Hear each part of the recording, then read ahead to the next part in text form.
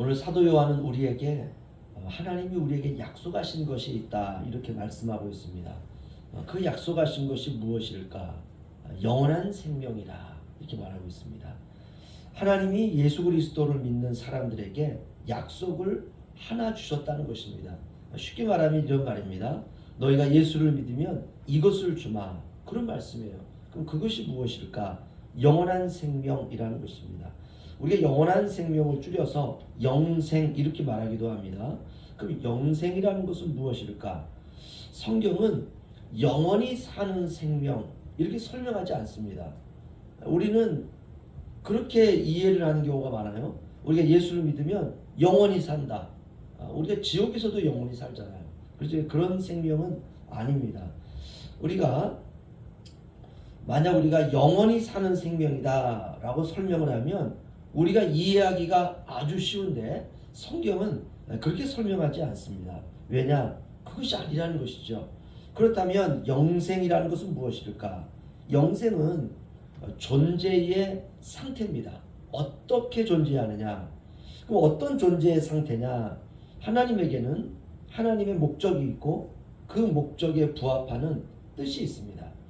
그런데 아담과 하와의 후손들에게는 그 모든 게 다 깨졌죠. 이유는 죄 때문에 그렇습니다.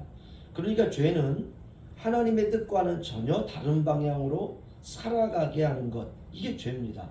죄도 존재의 상태입니다. 하나님의 뜻과는 전혀 다른 방향으로 살아가게 하는 것, 이게 죄예요. 그러니까 하나님의 목적대로 살 수가 없습니다. 영생이 없는 존재, 이게 죄지요. 영생이 없는 상태를 우리가 죽었다 이렇게 말합니다. 그러니까 몸뚱아리는 살아있어요. 숨도 쉬고 먹기도 하고 생각도 하고 감정도 있고 행동도 합니다. 하지만 그 모든 것이 다 죽음을 향하여 가고 있다는 것입니다. 숨을 쉬어도 죽음을 향해 가고 있고 먹어도 죽고 생각해도 죽고 감정과 행동이 있어도 죽음을 향해 가고 있는 것입니다. 그러니까 소망이 없는 상태죠.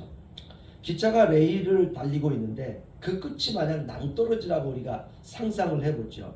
하여튼 열심히 달리고 있어요. 어마어마한 속력으로 달리고 있습니다. 그런데 그 끝이 낭떠러지예요. 이것을 우리가 죽음이다 이렇게 말합니다. 우리가 한 그루의 나무가 있는데 나무가 뿌리째 뽑혀가지고 길바닥에 이렇게 덩그러니 놓여 있습니다. 그 나무는 뽑힌 지가 1시간도 안 됐기 때문에 이파리도 이렇게 파랗고 살아있는 것처럼 보입니다. 잠시 동안은 잎도 푸르고 산 것처럼 보이지만 그러다 이제 하루가 지나고 이틀이 지나면 점점 시들어갑니다. 그러다가 어느 날 말라요. 우리의 인생이 그렇습니다. 하나님이 없는 인생은 살아있는 것처럼 보입니다. 그러나 시간이 가면 시들어지는 것이죠. 젊음도 사라져가고 꿈도 사라져가고 희망도 사라져가고 미래도 점점점 없어져 갑니다. 그러니까 절망 가운데 죽어가는 것이죠. 영생이 없는 상태입니다. 그러니까 뿌리가 뽑힌 순간 나무는 죽은 거예요. 살아서 길바닥 위에 덩그러니 놓여 있지만 그건 죽은 겁니다. 우리가 다 알고 있어요. 모든 인간은 다 그렇게 태어납니다. 우리가 갓난아이가 우니까 야 살아있구나 이렇게 보이지만 그렇지 않습니다. 그 안에는 영생이 없습니다. 왜 없냐? 죄가 지배하기 때문에 그렇습니다.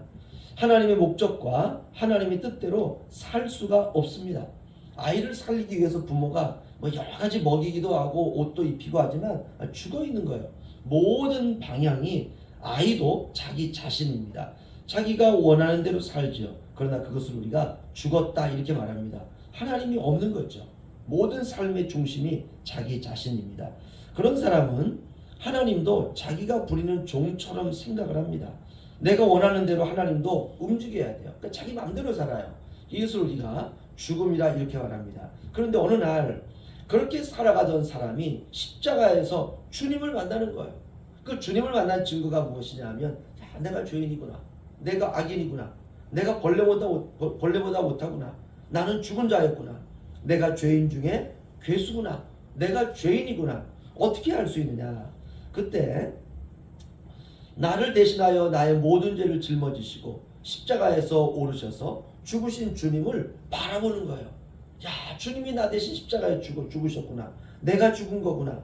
나는 이제 내가 아니구나. 내 안에 예수가 사시는구나.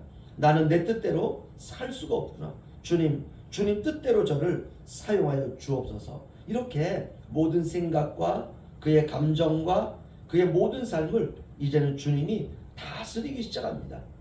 누가 그를 툭 건드려도 이제는 더 이상 반응하지 않아요. 죽었기 때문에 그렇습니다. 모든 것에는 주님의 목적과 뜻이 있음을 알고 이제 주님께 반응하는 것이요. 사람이 달라졌습니다. 어떻게 이런 일이 가능하냐? 그 속에 영생이 있기 때문에 그렇습니다. 또 다른 생명이 있는 것이요. 그 생명은 육체에 더 이상 반응하지 않습니다.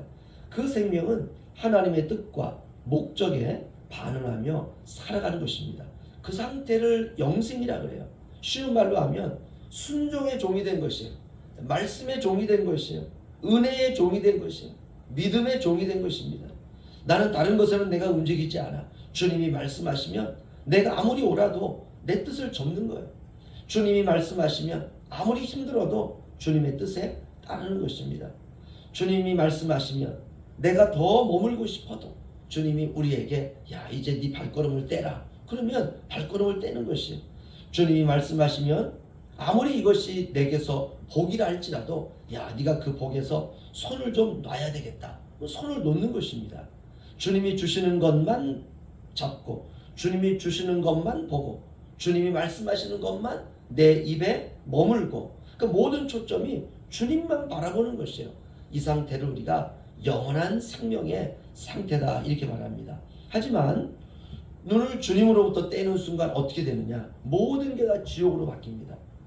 우리는 세상에 살고 있죠. 우리가 죽음의 요단강을 건너 천국에 가면 거기는 세상이 아니기 때문에 죄와 싸울 필요가 없습니다. 완전히 환경이 달라요. 그곳은 빛의 나라입니다. 하지만 우리가 육체를 가지고 살아가고 있는 이 세상은 어둠과 빛이 공존하는 그런 나라입니다. 영생은 주님과 눈맞춤이 지속되는 상태예요. 눈을 주님께 떼서는 안 되는 것이죠. 사람들과 어울려 살아갈 때에도 주님과 눈맞춤을 떼지 않는 것입니다. 시선이 하나가 된 상태. 나도 주님을 바라보고 주님도 나를 바라보고 나도 주님을 생각하고 주님도 나를 생각하시고 그러니까 주님 안에 내가 살아가는 상태. 이렇게밖에는 설명이 안 되는 것입니다.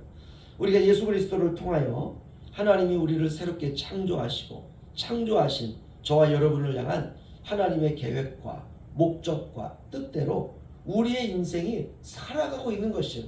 이렇게 우리가 살아가고 있다면 그 상태를 우리가 영생이다 이렇게 말합니다. 주님의 뜻이 나의 뜻이 되어 살아가고 있는 존재. 그런데 거기에 죄가 끼어들면 이게 다 깨져요. 그래서 영생은 죄에 아주 민감한 것입니다. 아이가 어느 날 엄마를 이렇게 바라보고 엄마 말씀에 순종하며 살아가다가 누가 와가지고 아주 좋은 장난감을 막 흔들어대게 되면 아이의 시선이 이제 장난감을 향하게 됩니다. 그리고 그 다음부터 때를 쓰기 시작해요. 바로 이 상태와 비슷합니다. 우리가 세상을 살아갈 때 주님밖에는 내가 바라보지 않았지만 이제 다른 것들이 우리의 인생에 끼어들기 시작하게 되면 이제 주님은 온데간데 없고 그것이 우리의 인생을 지배하게 되는 것입니다. 이러면 우리의 영생의 상태가 금이 가기 시작합니다. 이래서 영생은 우리가 죄에 아주 민감하게 살아가는 것입니다. 누구도 우리의 영생을 깨뜨리지 못하도록 주님을 알아가는 삶을 우리가 계속해서 지속하시기를 주님의 이름으로 축원합니다.